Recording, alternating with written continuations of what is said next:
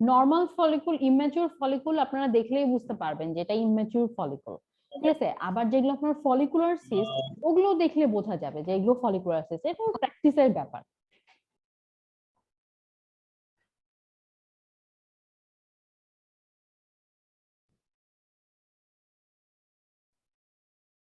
যেমন এখানে একটু বড় সাইজের দেখা যাচ্ছে এই সিস্টটাকে, এটাকে আপনি ফলিকুলার সিস্ট বলতে পারেন, কিন্তু এগুলো অনেক ছোট ছোট, এগুলো জাস্ট ইম্যাচিউর ফলিকুল।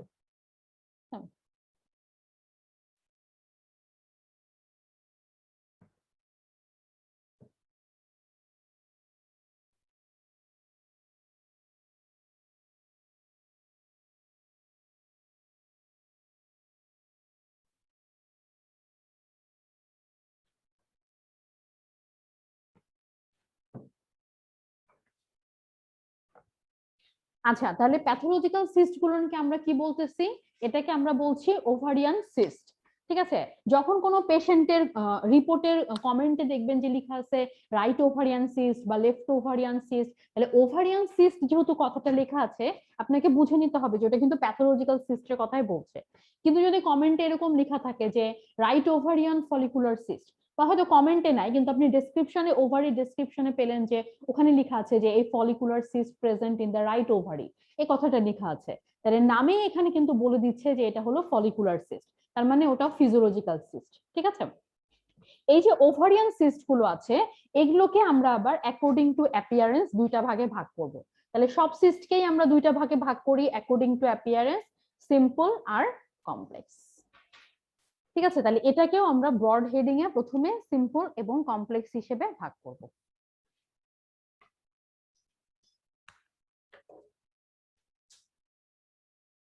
আচ্ছা, তাহলে বলেন এটা কোন type of cyst? Simple. Simple কি? হ্যাঁ, সিম্পল ওভারিয়ান সিস্ট, সবকিছু একবারেই বলে দিতে হবে। আচ্ছা, যেমন এগুলো এগুলো হচ্ছে কমপ্লেক্স। কমপ্লেক্স কেমনে বুঝলাম? ওই যে ইকোজেনিক ম্যাটেরিয়াল দেখা যাচ্ছে, ঠিক আছে। তাহলে এগুলো হচ্ছে কমপ্লেক্স ওভারিয়ান সিস্ট। এটা হেমোরেজিক সিস্টের অ্যাপিয়ারেন্স। তো হেমোরেজিক সিস্ট হিসেবে না ডায়াগনোসিস করতে পারলে কমপ্লেক্স সিস্ট বলে দিবেন, ঠিক আছে। অনেক সময় হেমোরেজিক সিস্ট এটা ট্রান্সঅ্যাবডোমিনাল ফাইন্ডিং ওইভাবে কনফার্ম করা যায় না, কারণ সবগুলো কমপ্লেক্স সিস্টেরই অ্যাপিয়ারেন্স কিছুটা কম বেশি একই রকমই, ঠিক আছে। হেমোরেজিক সিস্ট বলেন, চকলেট সিস্ট বলেন, এগুলো সবগুলোরই সোনোগ্রাফিক্যাল অ্যাপিয়ারেন্স প্রায় একটার সাথে আরেকটা কখনো কখনো কনফিউশন হওয়ার চান্স থাকে। তো এই জন্য কমপ্লেক্স সিস্ট বলাটাই বেটার। এই যেমন এটা এটা হলো চকলেট সিস্ট, ঠিক আছে। চকলেট সিস্টে যতটা না এটাকে সিস্ট মনে হয়, তার থেকে বেশি কিন্তু ম্যাস মনে হয়, ঠিক আছে। এটা দেখে মনে হচ্ছে না ওভারির মধ্যে একটা ম্যাস আছে, কিন্তু আসলে এটা কিন্তু ম্যাস না, এটা একটা সিস্ট, ঠিক আছে। তাহলে এটা কোন সিস্ট? এটা হলো চকলেট সিস্ট। চকলেট সিস্ট মানে কি? এর মধ্যে কি আছে বলেন তো? যেমন হেমোরেজিক সিস্ট যখন আপনি টার্মটা ইউজ করছেন, বোঝাই যাচ্ছে যে এটার মধ্যে ব্লাড আছে। তাহলে চকলেট সিস্টের মধ্যে কি থাকে? চকলেট সিস্টের মধ্যে থাকে হচ্ছে এন্ডোমেট্রিয়াল টিস্যু, ঠিক আছে। চকলেট সিস্টের আরেকটা নাম কি? এন্ডোমেট্রিওমা। তার মানে এখানে কি আছে? একটোপিক এন্ডোমেট্রিয়াল টিস্যু, ঠিক আছে। তাহলে এন্ডোমেট্রিয়াল টিস্যু মায়োমেট্রিয়ামের মধ্যে থাকলে তখন আমরা এটাকে কি বললাম? অ্যাডিনোমায়োসিস। আর ওই এন্ডোমেট্রিয়াল টিস্যু গুলো যদি ওভারির মধ্যে থাকে তখন সেটাকে আমরা কি বলি? এন্ডোমেট্রিওমা বা চকলেট সিস্ট, ঠিক আছে। তাই এটাই হলো সেই chocolate cyst. PCO, polycystic ovary, এটা সোনোগ্রাফিক্যালি ডায়াগনোসিস করতে হবে, ট্রান্সঅ্যাবডোমিনাল সোনোগ্রাফিক্যালি, ঠিক আছে। তাহলে পিসিওর ফাইন্ডিং কি? পিসিওর প্রথম ফাইন্ডিং হচ্ছে ওভারি সাইজ বড় হবে, প্রমিনেন্ট ওভারি। এটা বাইল্যাটারালও হতে পারে, আবার ইউনিল্যাটারালও হতে পারে। ইউনিল্যাটারাল ভ্যারাইটিটা আগে বলা হতো যে খুব একটা বেশি পাওয়া যায় না, কিন্তু এখন খুব একটা বেশিই পাওয়া যায়, ঠিক আছে। তাহলে ইউনিল্যাটারালও হতে পারে, আবার বায়োল্যাটারালও হতে পারে এনলার্জমেন্ট। সেকেন্ড ক্রাইটেরিয়া হচ্ছে, যেহেতু আমরা নামেই বলছি পিসিও পলিসিস্টিক, তার মানে এখানে ওভারির মধ্যে কি থাকবে? অনেকগুলো ইম্যাচিউর ফলিকুল থাকবে, ঠিক আছে। এগুলো সবগুলো ইম্যাচিউর ফলিকুল, কোনোটা কিন্তু ম্যাচিউর না। তাহলে ইম্যাচিউর ফলিকুল বুঝবো কিভাবে? এগুলোর সাইজ 1 সেন্টিমিটারের বেশি হবে না, ঠিক আছে। অনেকগুলো থাকুক, 10টা থাকুক, 12টা থাকুক, 15টা থাকুক, 20টা থাকুক, যতগুলোই ম্যাচিউর ফলিকুল থাকুক না কেন, সবগুলোই মোটামুটি সিমিলার ইন সাইজ।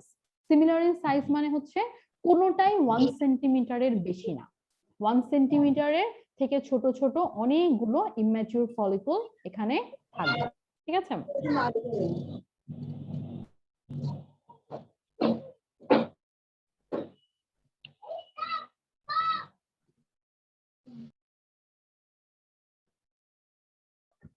আচ্ছা, এগুলো হচ্ছে ওভারি আর নিওপ্লাজম। এখানে ওভারি কোথায় আছে দেখা যাচ্ছে? আমি যে বলছি ওভারি আর নিওপ্লাজম, এখানে ওভারি দেখা যাচ্ছে কোনো ছবিতে?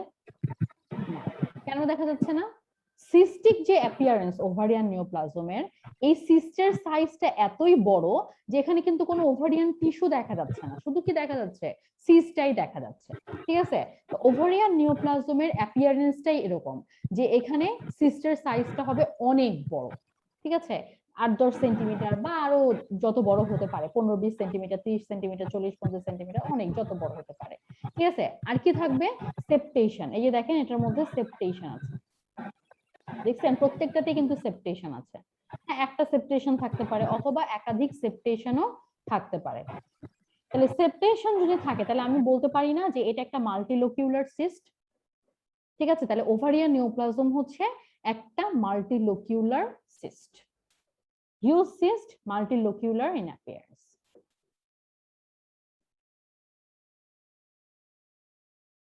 ডার্ময়েড সিস্ট নিওপ্লাজমের মধ্যে পড়লেও নিওপ্লাজমের টিপিক্যাল অ্যাপিয়ারেন্সের মতো ডার্ময়েড না। ডার্ময়েডের মধ্যে 3টা জার্ম লেয়ারের টিস্যুই থাকে, এটা আমরা আগেও পড়ে আসছি তাই না? ডার্ময়েড সিস্টের মধ্যে 3টা জার্ম লেয়ারের টিস্যু থাকে, একটোডার্ম, এন্ডোডার্ম এবং মেসোডার্ম। প্রিডমিনেন্টলি থাকে হচ্ছে এখানে একটোডার্মাল টিস্যু, যেটা সোনোগ্রাফিক্যালি অ্যাকচুয়ালি ডার্মোসিস ডায়াগনোসিসের জন্য যে টিস্যুটা আমরা দেখতে পাই সেটা হলো একটোডার্মাল টিস্যু। সবই থাকে কিন্তু সোনোগ্রাফিক্যাল ভিউতে ক্লিয়ার যেটা দেখা যায় সেটা হলো একটোডার্মাল টিস্যু। তাহলে একটোডার্মাল টিস্যু গুলো কি? যেমন হেয়ার, নেল, টিথ, স্কিন, এই জিনিসগুলো। একটোডার্মাল টিস্যুগুলো সবগুলোই আলট্রাসোনোতে হাইপারিকুইক দেখা যায়। ঠিক আছে, তাহলে আপনি এই সিস্টের মধ্যে কি দেখতে পাবেন? হাইপারিকুইক এরিয়া। যেমন এটা দেখেন, খুব সুন্দর একটা টিপিক্যাল ডার্ময়েড সিস্টের অ্যাপিয়ারেন্স। একটা সিস্টিক এরিয়া আছে, তার মধ্যে একটা একটোডার্মাল টিস্যু কম্পোনেন্ট আছে, মানে একটা হাইপারিকুইক কম্পোনেন্ট আছে, এবং সেখান থেকে কিন্তু শ্যাডো পাওয়া যাচ্ছে। ঠিক আছে, তাহলে হাইপারিকুইক কম্পোনেন্ট আছে আবার নিচে শ্যাডো আছে, তাহলে এটা খুব সুন্দর যে এটা ডার্মোসিস দেখা যাচ্ছে। আর এখানে দেখেন এই যে হেয়ার ফাইবার দেখা যাচ্ছে, থ্রেড লাইক। ঠিক আছে, এই তো শেষ, ওভারই শেষ।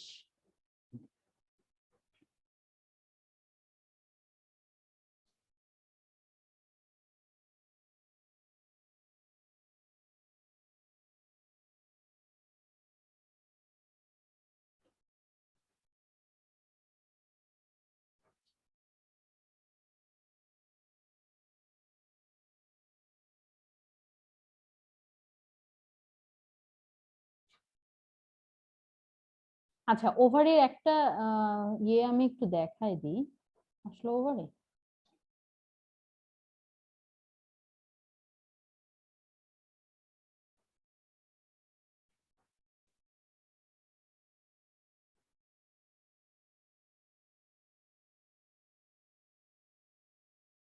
ওভারে আসছিল।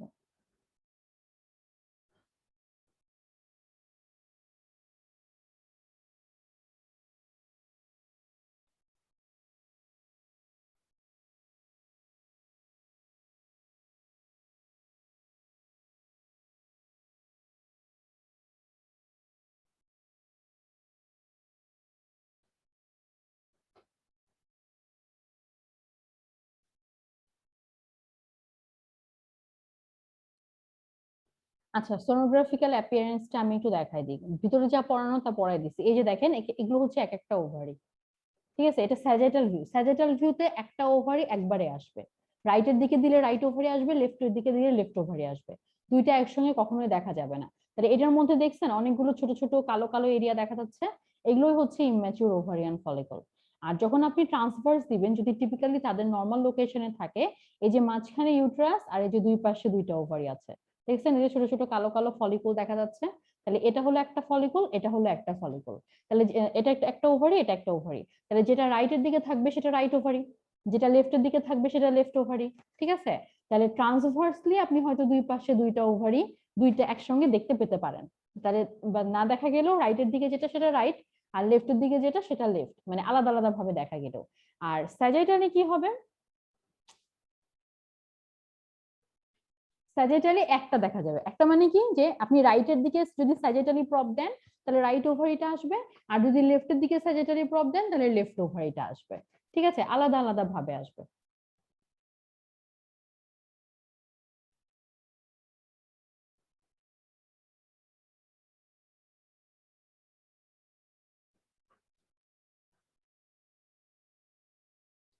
আচ্ছা, এবার চলে যায় তাহলে প্রোস্টেটে। প্রোস্টেট দেখতে হলে তাহলে পেশেন্টের কি প্রিপারেশন লাগবে? ব্লাডার ফুল, এটাই তো, তাই না? তবে ইউটেরাস ওভারি দেখতে হলে যতটা ফুল প্রিপারেশন লাগে ব্লাডার, ততটা কিন্তু প্রোস্টেট দেখতে হলে লাগে না, বরঞ্চ প্রোস্টেটে বেশি ফুল ব্লাডার প্রিপারেশন থাকলে আবার দেখা যায় ঝামেলা হয়ে যায়। ঠিক আছে, তো এই জন্য ফুল ব্লাডারের দরকার নাই, অল্প কিছু ইউরিন থাকলেও দেখা যাবে, 50-100 ml ইউরিন থাকলেও মোটামুটি প্রোস্টেট ভালোই দেখা যায়, বেশ সুন্দর দেখা যায়। তাহলে যেহেতু এখানেও আমরা লোয়ার অ্যাবডোমিনাল স্ট্রাকচার দেখছি, তাহলে এখানে প্রপ প্রথমে আমরা কিভাবে ধরবো? ট্রান্সভার্স। তাহলে এখানেও আমরা প্রথমে প্রপটাকে ট্রান্সভার্স ধরছি। ট্রান্সভার্সলি প্রপ যখন আমরা দিব, প্রথমে এখানে কিন্তু ব্লাডারের পিকচারটা আসবে। কেন ব্লাডারের পিকচারটা আসবে? কারণ উপরের দিকে আগে ব্লাডারই আছে, তাহলে প্রথমে আমরা ব্লাডারটাকেই দেখতে পাবো। এরপরে আমরা কি করব, যেহেতু ব্লাডারের পেছনে মানে বেজে প্রোস্টেট আছে, তাহলে আমরা প্রপটাকে আস্তে আস্তে পেছনের দিকে ফোকাস দেওয়া শুরু করব। ব্লাডার দেখে ব্লাডার থেকে আস্তে আস্তে ভেতরের দিকে ঢুকে যাব। ঠিক আছে, তাহলে ভেতরের দিকে ঢুকলে কি আসবে? এই পাশে একটা অ্যানিকোয়িক স্ট্রাকচার আর এই পাশে একটা অ্যানিকোয়িক স্ট্রাকচার, দুই পাশে দুইটা অ্যানিকোয়িক স্ট্রাকচার আসবে। এই শেপটাকে আমরা বলে থাকি বোটাই শেপ অ্যানিকোয়িক স্ট্রাকচার, কালো। ঠিক আছে, বোটাই শেপ অ্যানিকোয়িক স্ট্রাকচার, এই স্ট্রাকচারটা হলো সেমিনাল ভেসিকল। ঠিক আছে, এরপরে প্রপটাকে আমরা আরো পিছনের দিকে ফোকাস দিব। আরো পিছনের দিকে ফোকাস দিলে এই সেমিনাল ভেসিকলের ভিউটা চলে যাবে। চলে যেয়ে কি আসবে? মাঝামাঝি এরিয়াতে একটা এরকম ট্রায়াঙ্গুলার অথবা এরকম একটা ওভাল শেপ স্ট্রাকচার আসবে। ঠিক আছে, ট্রায়াঙ্গুলার অথবা একটা ওভাল শেপ স্ট্রাকচার আসবে।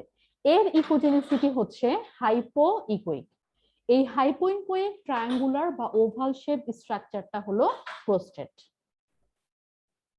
ঠিক আছে, তাহলে ট্রান্সভার্স ধরে আমরা যখন পেছনে ফোকাস দেওয়া শুরু করলাম, প্রথম ফোকাসে এখানে কি আসলো?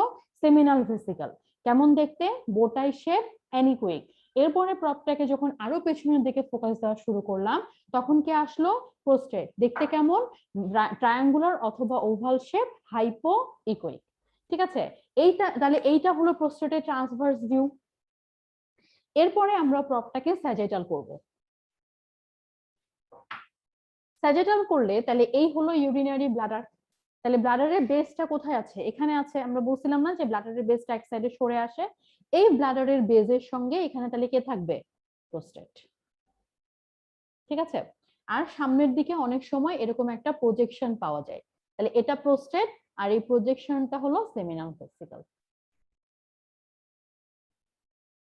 ঠিক আছে, তাহলে এটা হলো স্যাজিটাল ভিউ। তাহলে এটা হলো প্রোস্টেটের ট্রান্সভার্স ভিউ আর এটা হচ্ছে প্রোস্টেটের স্যাজিটাল ভিউ। এখন আমরা এই প্রোস্টেটটার মেজার নিব। কি মেজার নিব? ভলিউম মেজার নিব। তাহলে আমরা এখানে এখন ডুয়েল দিব, ভলিউমের মতো করে মেজার করব, যেহেতু প্রোস্টেটের আমরা টিপিক্যালি দুইটা ভিউই দেখতে পাচ্ছি। না দেখতে পেলে সেটা অন্য ব্যাপার। ঠিক আছে, যেহেতু দেখতে পাচ্ছি তাহলে আমরা সিস্টেমেটিক্যালি মেজার নিব। তাহলে ডুয়েল দিয়ে দুইটা মেজার ভিউ নিলাম, ভলিউম বাটনটা সিলেক্ট করে নিলাম। ঠিক আছে, ট্রান্সভার্স থেকে কোন মাপ নিব? ট্রান্সভার্স একটাই, আর স্যাজিটালটা থেকে লেন্থ আর এপি। ঠিক আছে, তাহলে প্রোস্টেটের নরমাল ভলিউম কত? 60 ইয়ার্স বয়সের নিচে নরমাল ভলিউম হচ্ছে আপ টু 20 অর 25 গ্রাম, আর 60 ইয়ার্স এর ওপরে নরমাল ভলিউম এটার ডাবল, 40 গ্রাম। না, যদি মেশিনে সিসি কিউব আসে সিসি কিউব দিয়ে দিবেন, মেশিনে যা আসবে তাই দিলেই হবে। গ্রাম আর সিসি কিউব তো একই মান, একই ভ্যালু কিন্তু।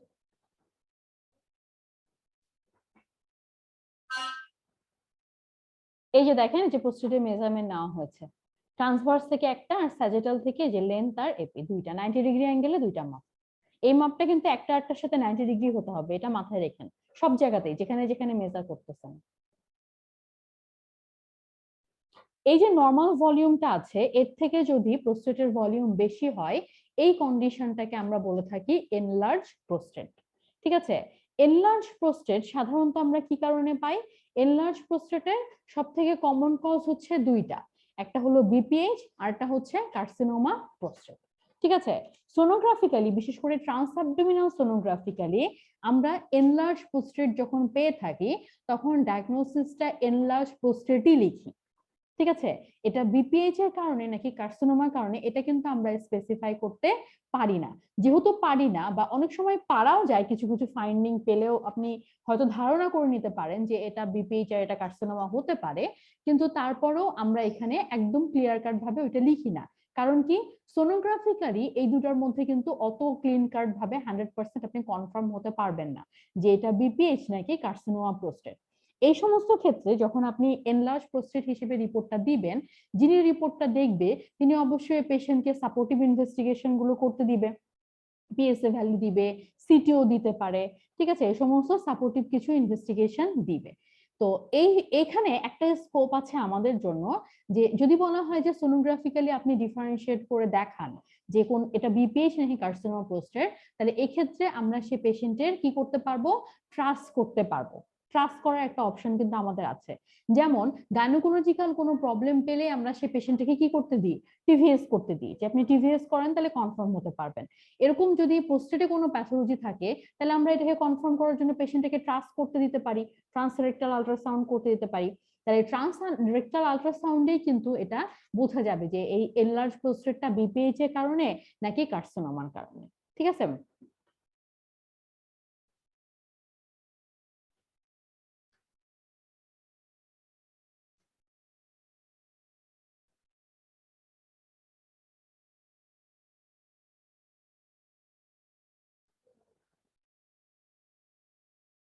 এই যে এখানে দেখেন এটা হলো একটা ট্রাস্ট ভিউ এর পিকচার।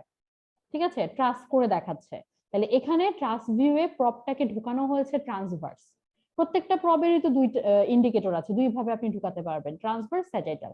এখানে প্রপ ঢুকানো হয়েছে ট্রান্সভার্সলি। ঠিক আছে, তাহলে এই যে এটুকু দেখা যাচ্ছে এটা হলো প্রোস্টেট, আর এখানে প্রপ দেওয়া হয়েছে স্যাজিটালি। স্যাজিটালি প্রোস্টেটের পুরো পার্টটা দেখা যায় না, এখানে একটা সাইড দেখা যাচ্ছে, আর একটা সাইড কিন্তু দেখা যাচ্ছে না। বাট ট্রান্সভার্স দেখেন খুব সুন্দর দেখা যাচ্ছে। ঠিক আছে, তাহলে এই ট্রান্সভার্স ভিউটাই কিন্তু ট্রাস্ট ভিউ এর মধ্যে ট্রাস্ট করার ক্ষেত্রে সব থেকে ইম্পর্টেন্ট একটা ভিউ। ঠিক আছে, এখানে আরেকটা ফাইন্ডিং দেখেন দেখা যাচ্ছে, মনে হচ্ছে না প্রোস্টেটের একটা পার্ট ব্লাডারের মধ্যে ঢুকে যাচ্ছে।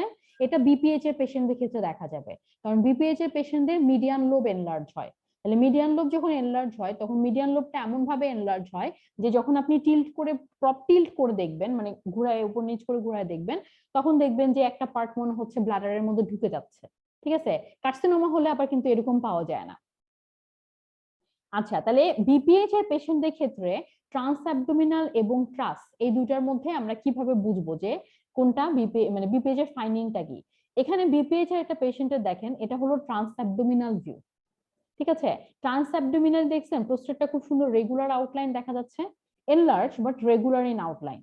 এই পেশেন্টেরই যখন ট্রাস্ট করা হয়েছে এটারও কিন্তু ওই এনলার্জ প্রোস্টেটই পাওয়া যাচ্ছে, কারণ বিপিএইচ এর পেশেন্টদের ওই হাইপারট্রফি আর হাইপারপ্লাসিয়া ছাড়া কিন্তু অন্য কোনো চেঞ্জ প্রোস্টেটের মধ্যে হয় না। তাহলে ওই পেশেন্টের যদি আপনি ট্রাস্টও করেন ওই হাইপারট্রফি আর হাইপারপ্লাসিয়া, দ্যাট মিন্স এনলার্জমেন্টটাই পাবেন।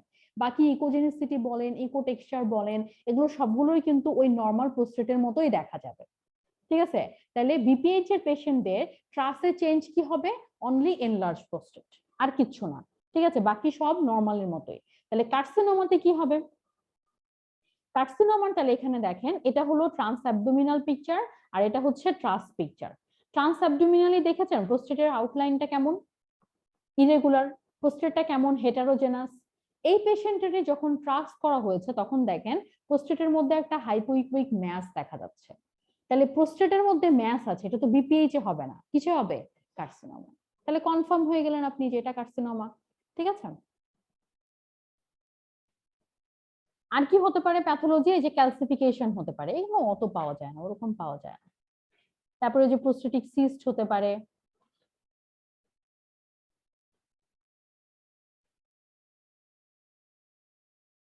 আর এই যে সেমিনাল ভেসিকল, তাহলে সেমিনাল ভেসিকল কেমন দেখলাম আমরা, এই যে বোটাই শেপ। ঠিক আছে, আর এই যে স্যাজিটাল ভিউ যে দেখেন এটা তো পুরোটা প্রোস্টেট, আর যে প্রজেকশন হয়ে আছে প্রজেকশনটা কে, সেমিনাল ভেসিকল। সেমিনাল ভেসিকলও আপনি ট্রাস করলে সুন্দর দেখতে পাবেন, এই যে দুই পাশে দুইটা পাতার মতো দেখা যাচ্ছে। ঠিক আছে, তাহলে ট্রাস ভিউতেও সেমিনাল ভেসিকল রিলেটেড যদি কোনো পেশেন্টের কোনো প্রবলেম থেকে থাকে ট্রান্স অ্যাবডোমিনালি অতটা সুন্দরভাবে বোঝা যায় না, তাহলে ট্রাস করলে সেটা বোঝা যাবে। ঠিক আছে, এই জন্য ট্রাস ভিউর কিন্তু ইম্পর্টেন্স আছে, এখন করা হচ্ছে মোটামুটি ভালোই করা হচ্ছে। এই তো শেষ, 3টা টপিকস আমাদের পড়া শেষ। ঠিক আছে, তাহলে আজকের মতো ক্লাস শেষ।